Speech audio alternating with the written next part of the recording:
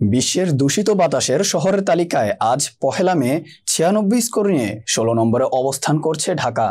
সকাল 9:30টার দিকে air quality ইন্ডেক্সে ঢাকার এ অবস্থান দেখা গেছে। এই স্কোর বাতাসের মানকে মাঝারি বা গ্রহণযোগ্য নির্দেশ করে।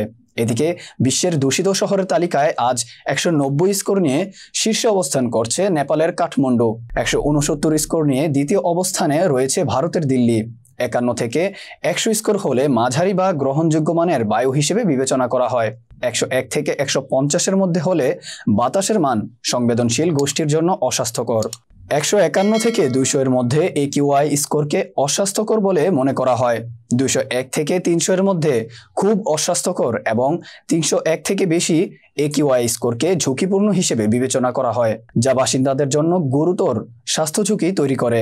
বাংলাদেশে AQI নির্ধারণ করা হয় দূষণের 5টি বৈশিষ্ট্যের উপর ভিত্তি করে। সেগুলো হলো বস্তুকণা PM10 ও PM2.5, NO2, CO, SO2 ও ওজোন O3। দীর্ঘদিন ধরে বায়ু দূষণে ভুগছে ঢাকা। এর বাতাসের গুণমান সাধারণত শীতকালে অস্বাস্থ্যকর হয়ে যায় এবং বর্ষাকালে কিছুটা উন্নত হয়।